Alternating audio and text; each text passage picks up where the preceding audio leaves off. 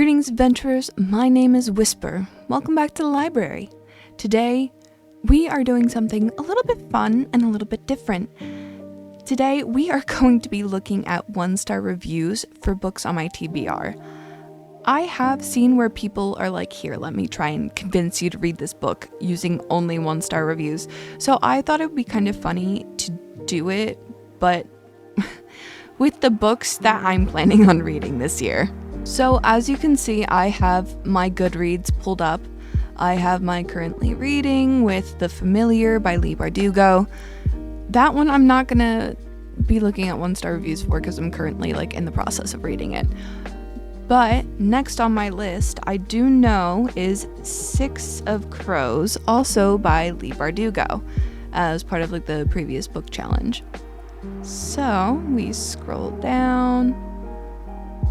And let's take a look at some of these one-star reviews, Miss Bardugo. Loved Ninth House, and now my identity as Leigh Bardugo book hater has been shattered. Unmarked spoilers, let's skip that one. Trigger warning for the review mention of Romani Holocaust, slavery, racism, fetishization, and colonization. Oof, that's rough, buddy. How Leigh got away with writing a Roma-coded girl as a thief and vengeful killer is beyond me. Oh. Very upsetting to see the same stereotypes Leigh perpetuates with INEJ.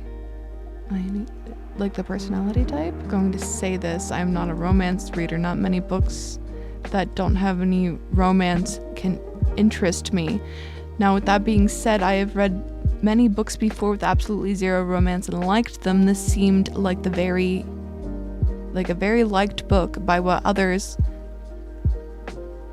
That's why I decided to give it a try. Anyway, you get thrown into a fantasy world with zero explanation behind it. So by page 220, I still don't know if certain words were people's names, places, or things. It truly is like that. I've been slowly chipping away at Priory of the Orange Tree. And I'm like, there are so many names. I feel like some of these reveals are so important, but I just don't remember what their names are.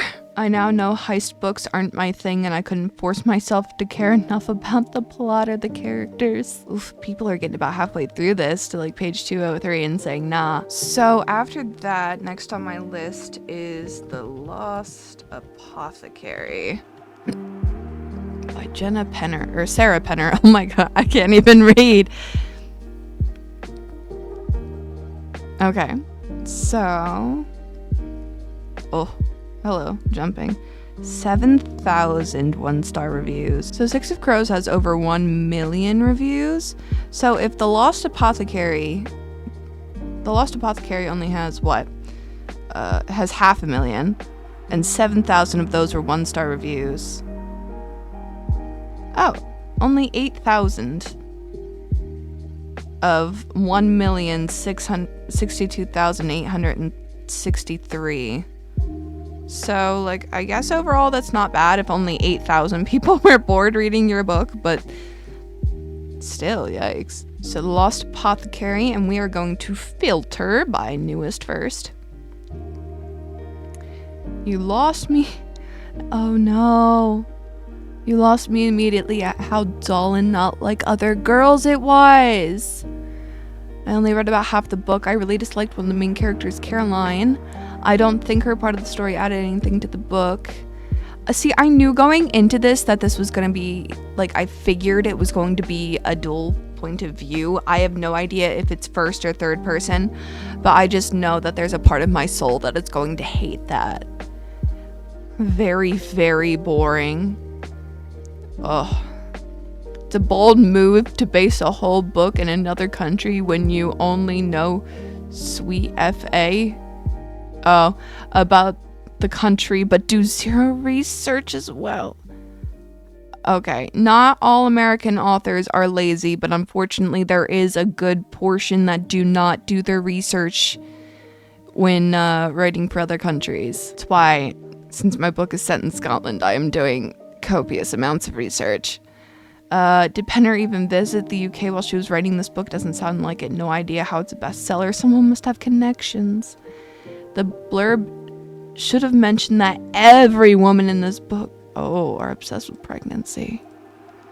But why? It's a murder mystery. What does comment say? That's something I really don't like reading about. Thanks for the heads up, bestie. But isn't it like a mystery book? Why is it centered around pregnancy? What's happening? I can't. This book has so much potential and set itself on fire than bathed in gasoline. I don't want spoilers, so thank you for that. I cannot read. I know for a fact that this is not German. I want to say it's one of the Nordic languages, maybe Dutch, but I don't know. Denmark. I was right. Well, it would be Danish at that point, wouldn't it? Just DNF. That's all. I like that, short, sweet, to the point. This could have been slightly better if it didn't have the annoying modern storyline too. See, that's the thing is, like, for me, it was interesting the fact that, like, it was like a modern person looking into a mystery from the past. But it does take a very delicate hand to be able to write a simultaneous modern and historical line and have it actually be good. So again, I guess we'll just have to wait and find out. So after this is the one I'm anticipating and looking forward to the most, Immortal Dark. I actually was just able to get my hands on this one. In one of my other videos I mentioned I hadn't actually owned this yet, but I really wanted to, because it's one that I'm looking forward to the most. And it was on sale for like $10, $9 or $10 for the hardcover. And I was like, I can't pass that up. I just can't. So we are looking at about 14,000 reviews, and that's not bad. 495. That means that over 13,000 of them are 2 stars and up. And it looks like most of them are floating around right around 4 stars. So let's take a look at what the 1-star reviews has to say. Newest first. I know this is fairly new. Yeah, it came out September of last year, so it's not going to have like tons and tons, but I do think that this was one that was popular on TikTok, but I wouldn't swear to it. No thanks, I'd rather die. Like, not to be dramatic, but also to be incredibly dramatic. DNF, I couldn't get into it at all, just not my personal taste. Spoilers. DNF at page 92? Oh. My rule for a DNF is 1 star, however, I do not wish to imply that this book is poorly written. It is simply not for me, and will be too confronting content-wise. Murder, torture, suicide, ideation, child abduction, child abandonment, consensual harm, gore, graphic violence, child abuse, strong language, sex scenes, etc., etc. For many other readers, it's certainly not suitable. Okay, so that's probably not the author's fault that it's getting marketed as YA, though. Most of the time, it is not the author's fault that these books that are definitely not young adult fiction are being marketed as young adult fiction. They do it because it's supposed to sell more, and it's a very like popular like subsection to be writing in. However, like 90% of the time, especially nowadays, it is not going to be appropriate for that book to have been put in the YA section. DNFing at 12%, I really want to like this. Who doesn't love a good vampire book? But it's so slow. I kept putting it down because it's so slow and not picking it up because it's slow. And also not starting any new books because I'm trying to read this and have it because it's slow. Not for me, but maybe it picks up for someone more willing to tough it out. I really wanted to like this book. Somewhere I saw that there were meant to be elements of Ethiopian folklore incorporated into the plot, and maybe there were, but this book was just incredibly boring. See, but unlike Six of Crows, I don't see anyone being like, well, it was also written poorly. No, I mean, sometimes books be slow, and that's okay. I feel like the author tried hard to make what the characters say sound beautiful, as it got super confusing and sounded like they were talking riddles. Have you read anything from the late 19th century? Because that's exactly how they wrote it. See, but this isn't like, it doesn't dissuade me from reading it. It actually makes me just want to find out for myself, because I myself do really enjoy good vampire books. Like, I don't know what you want from me. And then we have A Dark and Drowning Tide. This is one I have also been really looking forward to reading. and it's been on my list since I heard about it, seeing as how it literally only came out last year. So this has 10,000 reviews.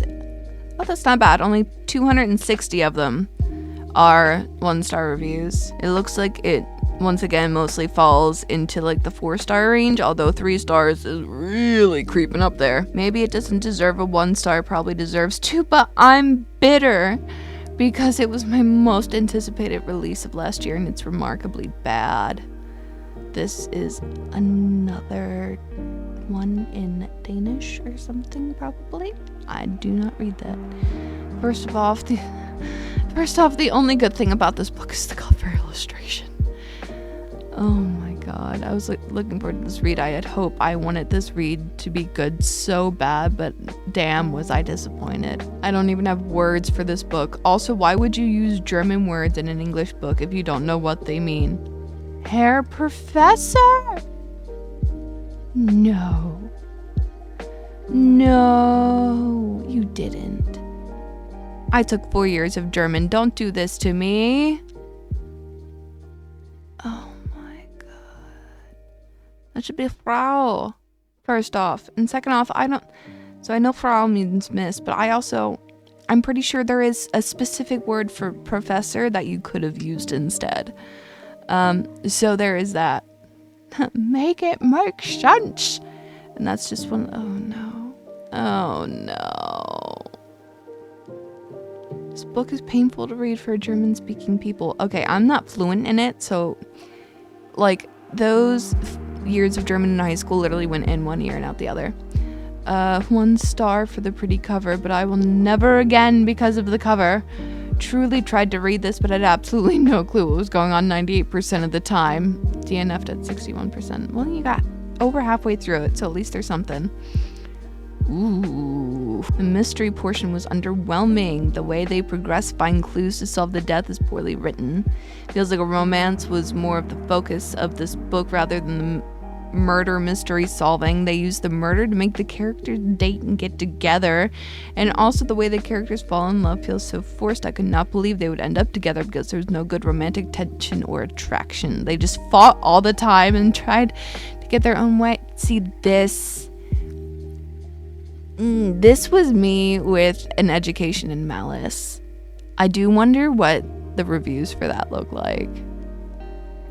The cover is insanely beautiful. I love how that's like the overarching thing is everyone's like, damn, this is like beautiful art, but also, damn, this is real bad. Like real bad. Boring, poorly written, awkwardly expressed, weirdly gappy plot development, cardboard cutout characters. Oof. Wanting less fantasy and less murder mystery. Well, that I feel like is your own fault for picking up a murder mystery book and not expecting there to be a murder mystery in it. So after this, I have the Witcher books. And to be fair, I don't really... knowing that it has a show that failed so hard because the writers didn't want to listen to it, I'm not sure if I want to delve into all 3 of them. So maybe I will just look at Witcher Blood of Elves. And we'll just look at that, and then we'll move on. We'll move on after that to the ones that, even if they're not part of the previous book challenge, but they are on my TBR for the year. So this first Witcher book has 227,930 ratings, and 1,500 of them are 1-star reviews. Again, most of them hovering around 4 stars, but it does look like there's quite a lot of 5 stars. From what I remember from my read of it, I would probably give it like 4.5, 5 stars. I really, really enjoyed it. Redacted. That's wild behavior. Pretty much. Okay, stuff does happen. Okay, maybe it's not like, I can't give as much of an unbiased opinion because I have read like 95% of it. What do you mean? Dude, there's... Okay. See, maybe this isn't good because it's like... I know that there was a plot. Like, Half the book is about exposition for places, people, kingdoms, historical events that we don't know and don't get to see, as the exposition takes the form of dialogue, painfully long discussions on political things which are of little or no consequence to the characters or plot. See, a lot of this is like, if this was like the Lord of the Rings series, you would think that this is fine. Extremely disappointed. I can't even tell you what happened other than everyone want this girl for some reason and Geralt was trying to protect her. I did love the narrator. I think I'll try this show instead. Don't. Compared to Tales of the Witcher, a small collection of Geralt's adventures, this was slow, dull, and filled with unnecessarily dialogue that would lead poor... What do you mean poor writing? It's a goddamn masterpiece. Okay, obviously people who thought it was boring just don't understand high fantasy. And I bet they wouldn't say that about Lord of the Rings. See, this isn't... No, because I will defend Witcher until my last breath. Because it is such like a rich world, and having all of those political discussions and stuff is important, and it's about nuance and the stuff that goes into it. So I can't read 1-star reviews for books that I have read, because I will defend them until I'm blue in the face. So anyway, on to Tender is the Flesh. Tender is the Flesh came out August of 2020. So we do have about 5 years worth of some good reviews to get into. Okay, I do have questions about this. So maybe 2022 is when it became like English translated, because like, what do you mean thank you NetGalley for providing me with an ARC? Like, you can't have an advanced reader copy of a book that's already out, but I guess if it's like a published like in another language, and that's when they happen to make it English, like translate it into English, I guess that would make sense. Tender is the Flesh has almost 300,000 reviews, and 8,000 of them are 1-star reviews. So let's scroll through. Absolutely disgustingly graphic. Well, I feel like the fact that it says that people are now a food source, I feel like that's a pretty good blinking light that says, hey, this is going to be graphic. I honestly expected to go into this. It's called Tender is the Flesh. I expected blood and gore. Here we go. I don't know why that was showing me 4 stars. This is one of my very few DNFs ever. The human meat trade plot was disturbing, but I knew that's what it was going to be about. What got me was the horrible descriptions of animal cruelty scattered through the book. Oof, that might be hard to read. Is it going to be like, this is why we eat humans now instead of animals? Or like, what's up with that? 'Cause girl, don't piss me off. At its core, the world building was shoddy and the plot was thin. Coupling this with the seemingly never-ending grotesquerie made it borderline impossible for me to derive any sort of message from this, unless the message was simply that horror lit just isn't for me. I feel like if you're not a horror reader and you're trying Tender is the Flesh and that is your introduction to horror, I feel like that's just not going to be good. Go read a Grady Hendrix book if you want an introduction to horror. I honestly never write reviews, but I had to just for this one. The book is written in third person limited, which I found confusing as times as so many characters were unnamed. The book just felt like I was reading scene after scene where there was no narrative flow or connections between characters, so it felt disjointed and confusing. It seemed half-baked. Obviously, the book is vulgar and brutal and violent as it focuses on cannibalism as a symbol for anti-capitalism and consumerism, but I just felt the book was just explaining everything instead of showing us or allowing us to live in the world. It felt very descriptive, derogatory. I only read half of it because I was over it and Googled the ending, and it is so stupid. So glad I stopped. Oof. LMAO. It's just terrible. The third person...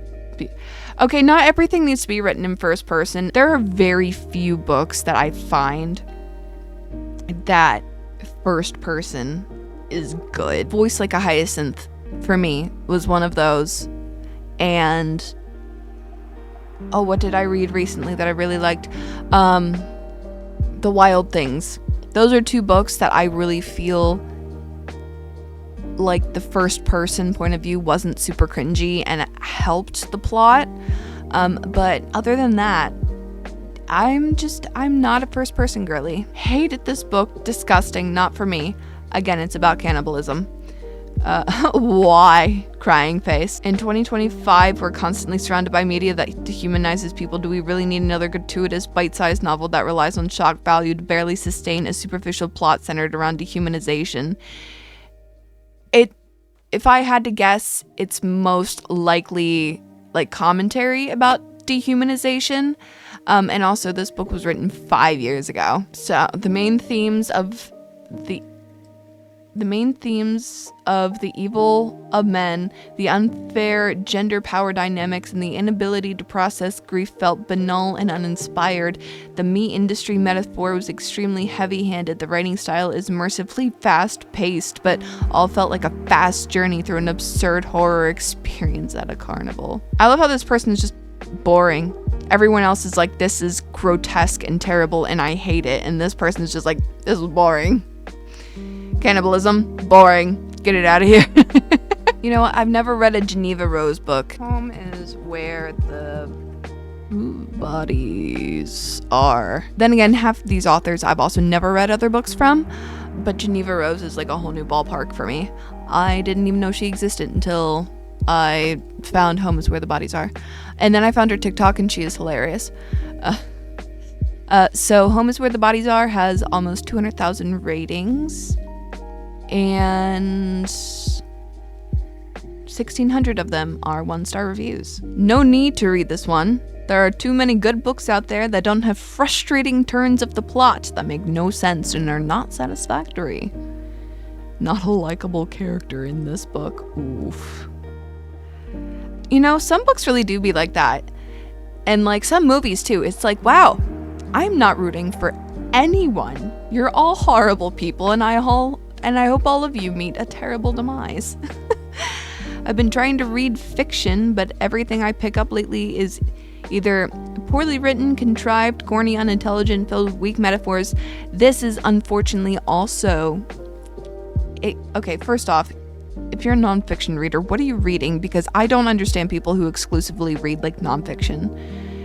Like, what's entertaining about it? Like...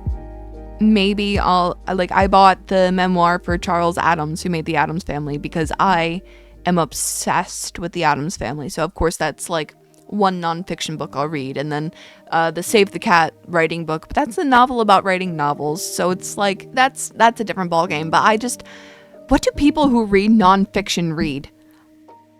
It's a question I genuinely have. Like, what do you read? Do you just read, like, autobiographies? Or like biographies, or I really like just self-help books. Like what do you read? If you just read nonfiction, what do you read? Because I am at a loss. But also what I was saying is like this is unfortunately something that is becoming more prevalent in the book community.